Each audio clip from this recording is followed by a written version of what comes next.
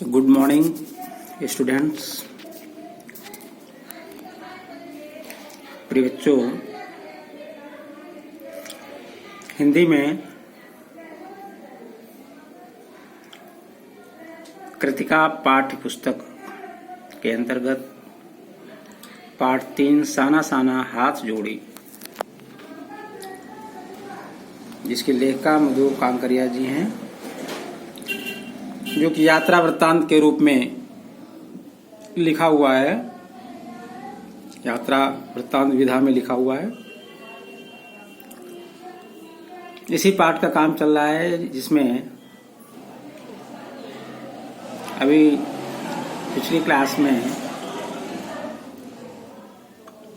इसके पहले मैंने 1 से 4 प्रश्नों के उत्तर वीडियो के माध्यम से आपको समझाया था और लिखने के लिए भी लिखकर प्रेषित किया था। आज उसी क्रम में हम आगे बढ़ेंगे। आगे के प्रश्नों को समझाते हुए लिखकर कॉपी में लिखने के लिए प्रेषित करेंगे। वीडियो के माध्यम से भी आप लिख सकते हैं और जो लिखकर भेजा गया था उसके माध्यम से भी, और अपने शब्दों में आप प्रश्नों के उत्तर लिख सकते हैं। ठीक है, तो चलिए इसी क्रम में आगे जो हमारा अगला प्रश्न नंबर 5 आने वाला है उसको देखते हैं। प्रश्न नंबर 5,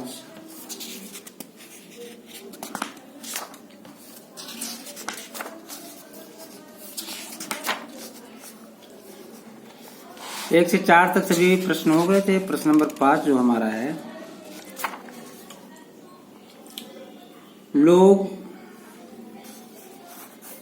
लोंग स्टॉक में, ये स्थान का नाम है सिक्किम में। लोंग स्टॉक में घूमते हुए चक्र को देखकर लेखिका को पूरे भारत की आत्मा एक सी क्यों दिखाई दी। ठीक है ना, इस प्रश्न की बात करनी है और इसका उत्तर लिखना है। लोंग स्टॉक में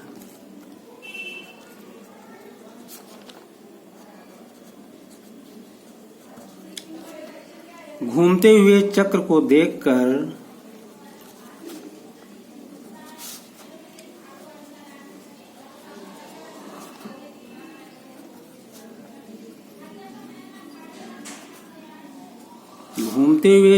देखकर लेखिका को पूरे भारत की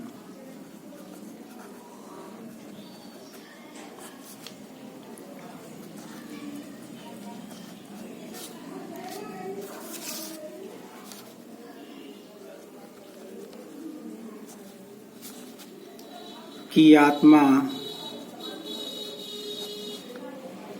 एक सी क्यों दिखाई दी।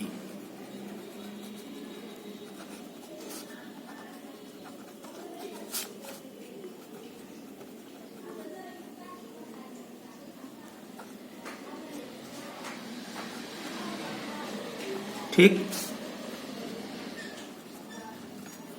लोंग स्टॉक में घूमते हुए चक्र को देखकर लेखिका को पूरे भारत की आत्मा एक सी क्यों दिखाई दी।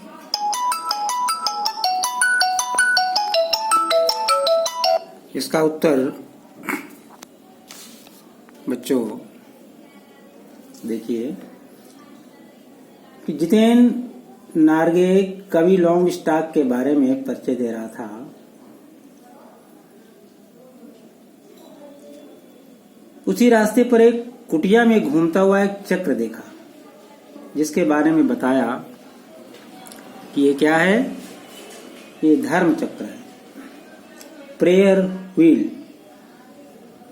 इसको घुमाने से सारे पाप धुल जाते हैं, ऐसा वहां के लोगों का विश्वास था। जितेंद्र की ये बातें सुनकर लेखिका को लगा, चाहे मैदान हो या पहाड़, तमाम वैज्ञानिक प्रगतियों के बावजूद इस देश की आत्मा एक जैसी है। लोगों की आस्थाएं, विश्वास, अंधविश्वास, पाप पुण्य की अवधारणाएं और कल्पनाएं एक सी होती हैं। सभी जगह ऐसा माना जाता है, कहीं न कहीं अपने कुछ विश्वास हैं, कुछ परंपराएं हैं, कुछ रूढ़िवादिताएं हैं, हम उनमें विश्वास रखते हैं और इसीलिए लेखिका को लगा चाहे मैदान हो चाहे पहाड़ हो, सभी जगह आत्मा एक जैसी ही लगती है। ठीक है। अगला प्रश्न इसी में है कि जितेन नार्गे की गाइड की भूमिका के बारे में विचार करते हुए लिखिए कि एक कुशल गाइड में क्या गुण होते हैं। गाइड जो हमारा मार्गदर्शक होता है, जो तीर्थ स्थलों के बारे में बताता है, जहाँ भी हम जाते हैं उन स्थानों के बारे में सही जानकारी देता है, तो उसमें कौन सी क्वालिटीज होनी चाहिए, उनमें कौन से गुण होने चाहिए एक अच्छे गाइड में, इसके विषय में आपको बताना है। प्रश्न नंबर 6। ठीक है।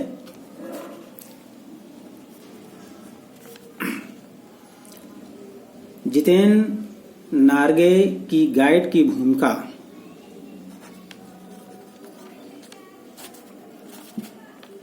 जितेन नार्गे की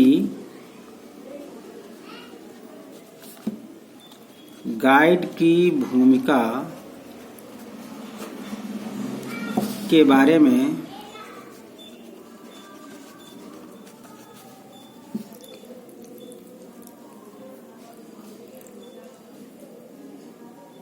विचार करते हुए लिखिए।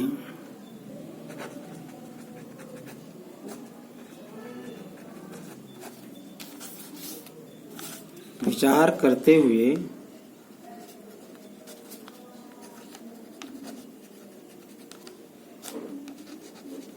लिखिए कि एक कुशल गाइड में क्या गुण होते हैं।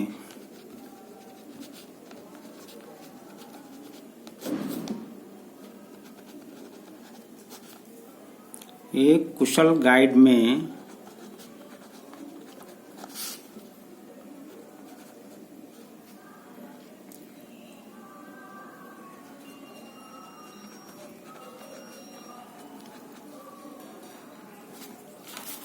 क्या गुण होते हैं। ठीक, ये आपको लिखना है। एक कुशल गाइड में कौन कौन सी क्वालिटीज होनी चाहिए, एक आदर्श गाइड में कौन कौन से गुण होने चाहिए।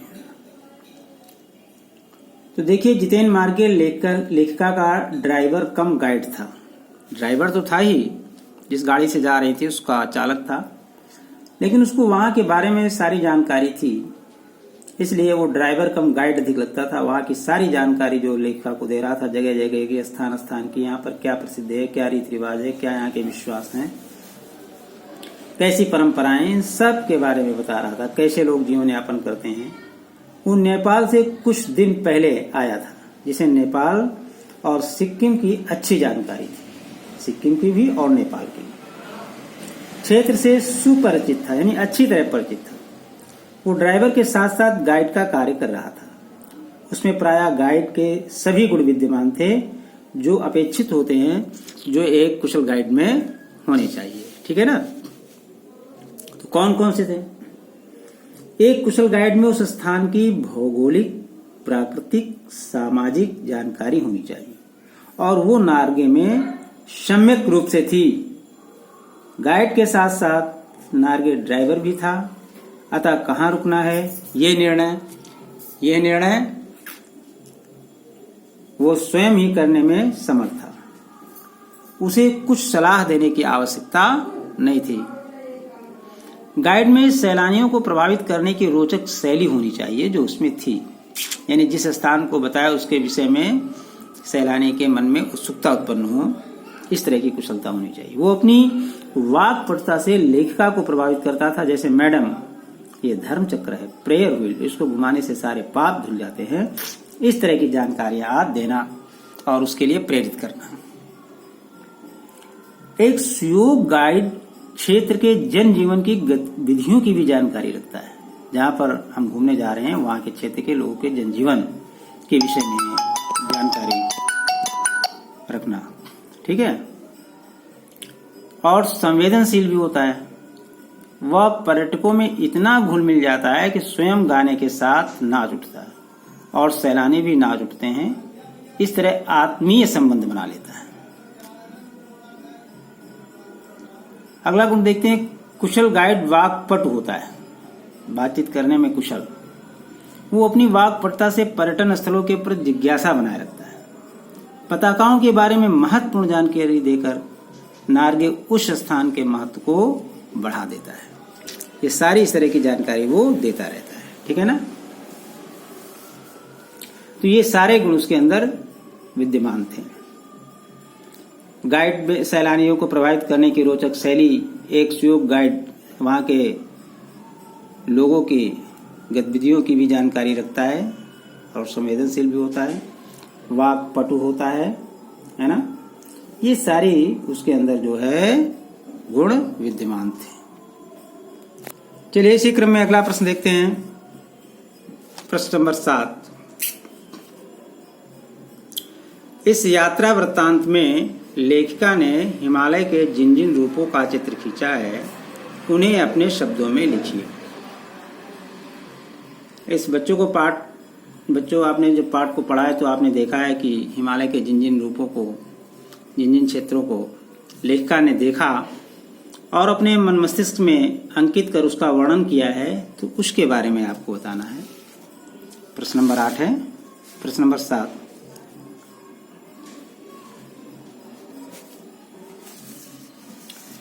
इस यात्रा वृत्तांत में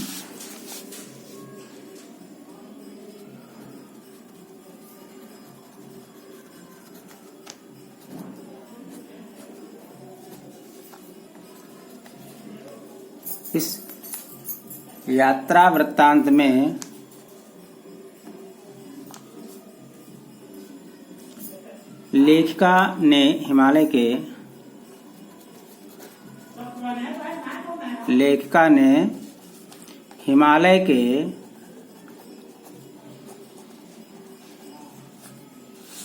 जिन जिन रूपों का चित्र खींचा है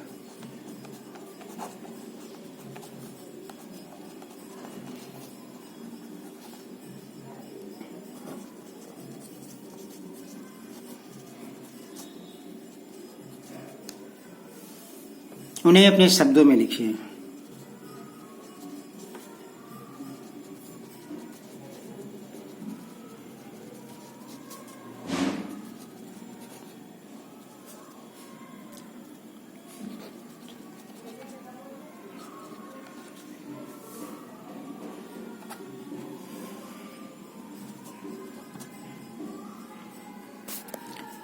तो देखिए बच्चों, लेखिका जब सिक्किम जाती है और आगे की यात्रा शुरू करती है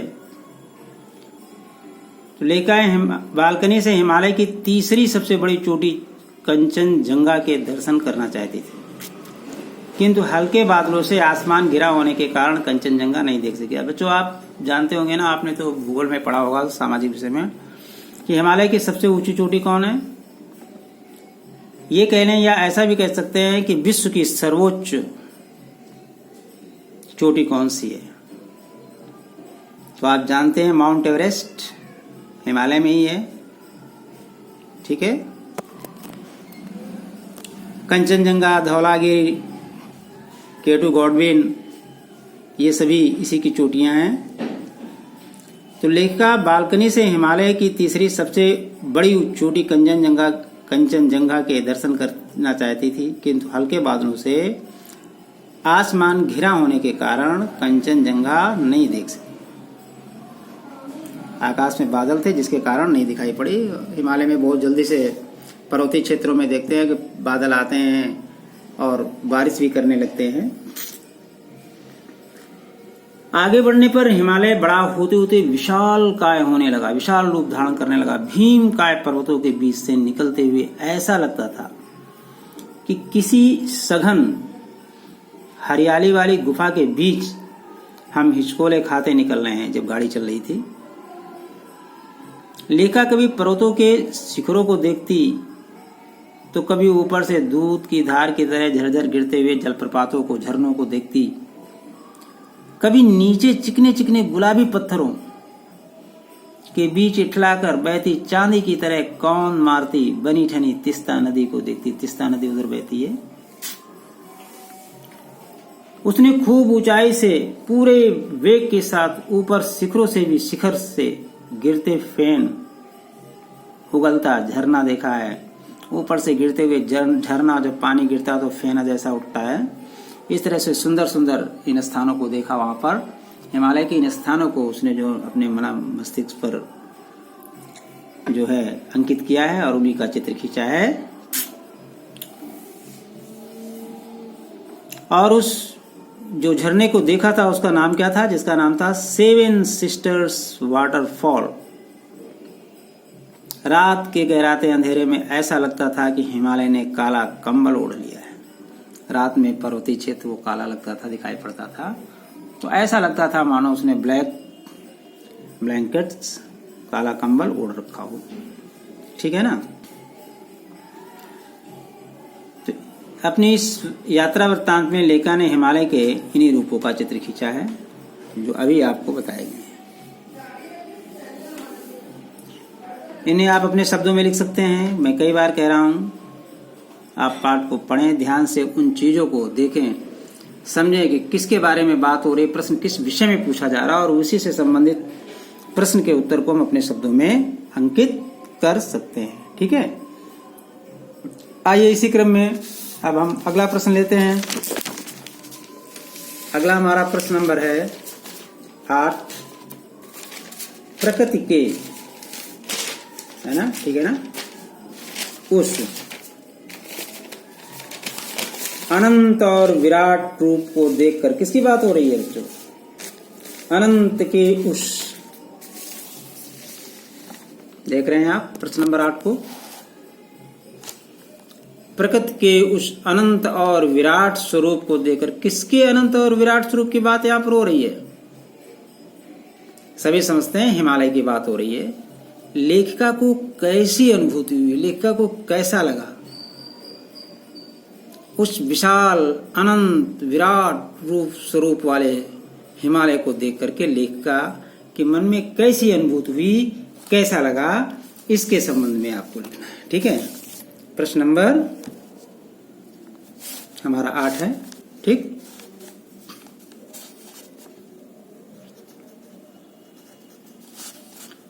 प्रकृति के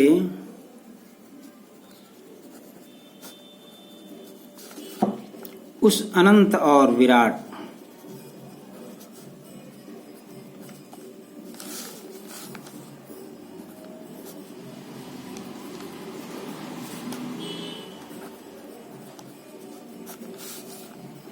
स्वरूप को देखकर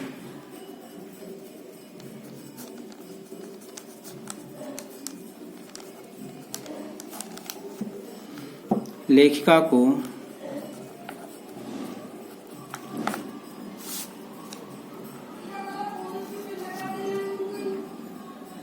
कैसी अनुभूति हुई?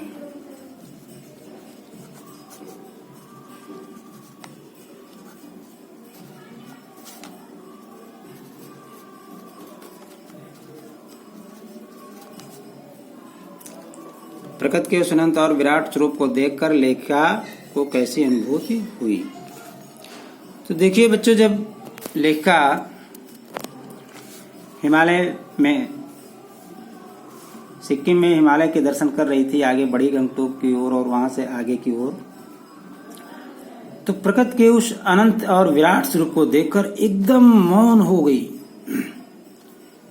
किसी ऋषि की तरह शांत होकर वो सारे परिदृश्य को अपने भीतर समेटने का प्रयास कर रही थी, समेट लेना चाहती थी। वो रोमांचित थी, पुलकित थी, प्रसन्न थी।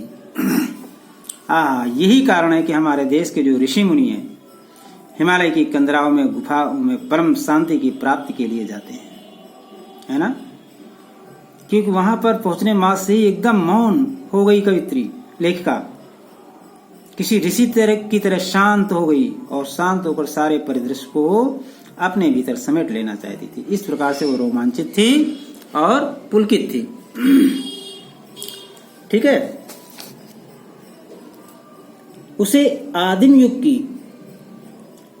कोई अपसिप्त राजकुमारी से नीचे बिखरे भारी भरकम पत्थरों पर झरने के संगीत के साथ आत्मा का संगीत सुनने जैसा आभास हो रहा था। आत्मा का लगता था कोई संगीत यहाँ पर बज रहा है। ऐसा प्रतीत होता था जैसे देश और काल की सरहदों से दूर बहती धारा बनकर बहने लगी हो। भीतर की सारी तामसिकताएं, जो क्रोध था, जो मन में अनेकों विकार थे, दुष्ट वासनाएं थी, इस निर्मल धारा में बह गई। वहां के दृश्य को देखकर ऐसा लगता था मन पवित्र हो गया, निर्मल हो गया, मन के अंदर की कलुषता सब खो गई। उसका मन हुआ कि अनंत समय तक ऐसे ही बहती रहे और इस झरने की पुकार सुनती रहे। ऐसा लग रहा था कि निरंतर इसी दृश्य को मैं देखती रहूं। हैं?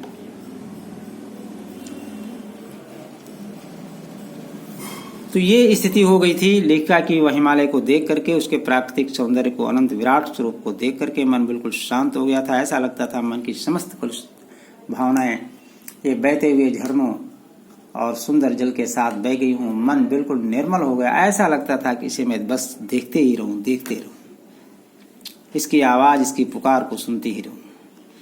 प्रकृति के सौंदर्य को देखकर लेखिका को पहली बार एहसास हुआ कि यही चलायमान सौंदर्य जीवन का वास्तव में आनंद है। ठीक है, एक प्रश्न और लेते हैं। बहुत काफी बड़ा लेसन है बच्चों ये, और इसके प्रश्न उत्तर भी थोड़े से बड़े हैं, लेकिन एक प्रश्न चलिए अगले टर्न में उसको लेते हैं। आज आप इतना ही काम करेंगे और याद करेंगे, क्योंकि उतना काम करें जितना आप लिख भी लें और तैयार भी करते रहें। ठीक है, अगले टर्न में आगे का काम लिख करके फिर प्रेषित करेंगे।